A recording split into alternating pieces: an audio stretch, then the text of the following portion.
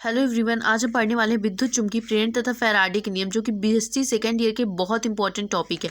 Faraday पहले हम देखेंगे कि फैराडे का नियम जो है वो है क्या। पहले हम विद्युत चुम्बकीय प्रेरण को समझेंगे, उसके बाद फैराडे के नियम पर आते हैं। फैराडे ने अपने प्रयोगों द्वारा पाया कि जब किसी कुंडली से गुजरने वाले चुंबकीय फ्लक्स में परिवर्तन होता है।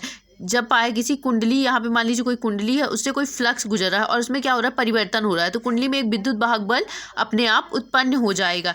इस प्रकार किसी कुंडली से गुजरने वाले चुंबकीय फ्लक्स में परिवर्तन होने से कुंडली में विद्युत वाहक बल प्रेरित होने लगता है। मान लीजिए कोई कुंडली है, इसमें से हमारे एक फ्लक्स गुजर रहा है और इस फ्लक्स में हम निरंतर परिवर्तन कर रहे हैं, यानी कि कभी कम फ्लक्स गुजर रही है, कभी ज़्यादा फ्लक्स गुजर रही है, तो यहाँ पर एक विद्युत वाहक बल उत्पन्न हो जाएगा और इसी घटना को हम बोलते हैं विद्युत चुम्बकीय प्रेरण। आपको बस क्या याद रखना है कि जब हम कम और ज़्यादा करेंगे विद्युत चुम्बकीय रेखाओं को या फिर फ्लक्स को, तो उसमें परिवर्तन हो रहा है, ठीक है, तो वही क्या हो जाएगा, विद्युत वाहक बल उत्पन्न करेगा और इस पूरे घटनाक्रम को हम विद्युत चुम्बकीय प्रेरण कहते हैं।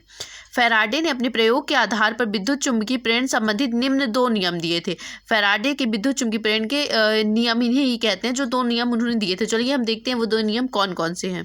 इसमें फर्स्ट नियम है, जब किसी बंद परिपथ से गुजरने वाले चुंबकीय फ्लक्स में परिवर्तन होता है।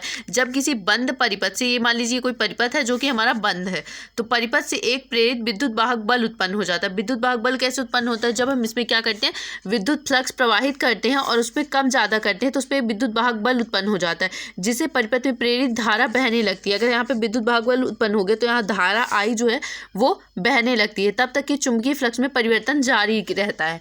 हमने देखा था कि चुंबकीय फ्लक्स में जब हम परिवर्तन करते हैं तो क्या होता है, विद्युत वाहक बल उत्पन्न हो जाता है और विद्युत वाहक बल उत्पन्न होने से उस पर धारा बहने लगती है। चुंबकीय फ्लक्स में परिवर्तन जारी रहता है। चुंबकीय फ्लक्स बढ़ने पर विपरीत दिशा में धारा, चुंबकीय फ्लक्स घटने पर समान दिशा में, यानी कि चुंबकीय फ्लक्स अगर हम बढ़ा रहे हैं तो धारा इस दिशा में जाएगी, अगर घटा रहे हैं तो वो विपरीत दिशा में, यानी कि इस तरफ प्रवाहित होने लगेगी। इस तरफ प्रवाहित ना होकर इस तरफ प्रवाहित होने लगेगी, ठीक है।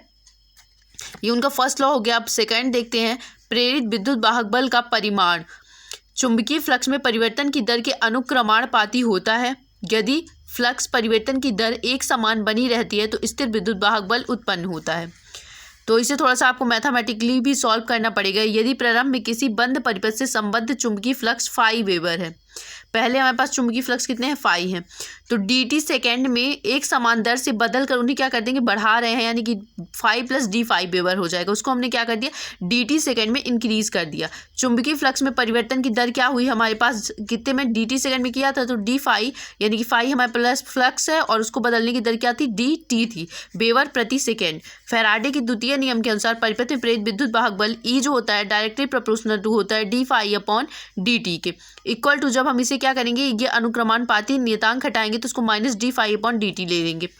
SI पद्धति में अनुक्रमानुपाती नियतांक जो होता है वो 1 होता है। यह ऋणात्मक चिन्ह बताता है कि प्रेरित विद्युत वाहक बल सदैव चुंबकीय फ्लक्स में परिवर्तन का विरोध करता है। चुंबकीय फ्लक्स में हमने कहा ना, बढ़ा रहे हैं, घटा रहे हैं, तो क्या करता है, ये हमेशा उसका विरोध करता है, ये उसका विरोध करता है। ध्यान रहे कि किसी परिपथ में विद्युत वाहक बल तभी तक प्रेरित रहता है जब तक कि आप उस परिपथ से संबंध चुंबकीय फ्लक्स को बदलते रहते हैं, यानी कि आप उसे बढ़ा रहे हैं, घटा रहे हैं, ऐसा नहीं कि वो एक ही वे में चल रहा है। अगर बढ़ा घटा रहे हैं तभी उस पर क्या होता है, विद्युत वाहक बल प्रेरित रहता है, उसकी नहीं तो समाप्त हो जाता है। यदि परिपथ में संबंध चुंबकीय फ्लक्स को नियत कर देंगे तो जो हमारा प्रेरित विद्युत वाहक बल होगा वो शून्य हो जाएगा, मैंने कहा ना, खत्म हो जाएगा।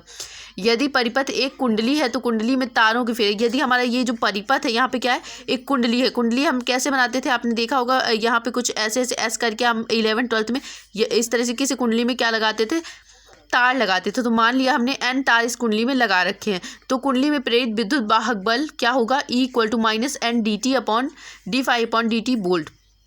यदि कुंडली का परिपथ बंद है तो उसके परिपथ का संपूर्ण प्रतिरोध R होगा, अतः प्रेरित धारा I = E/R ले लीजिएगा, जहाँ पर NR, ये आप लिखना चाहे तो लिखिए, नहीं तो यहाँ तक में आपको कंप्लीट पूरे मार्क्स मिल जाएंगे।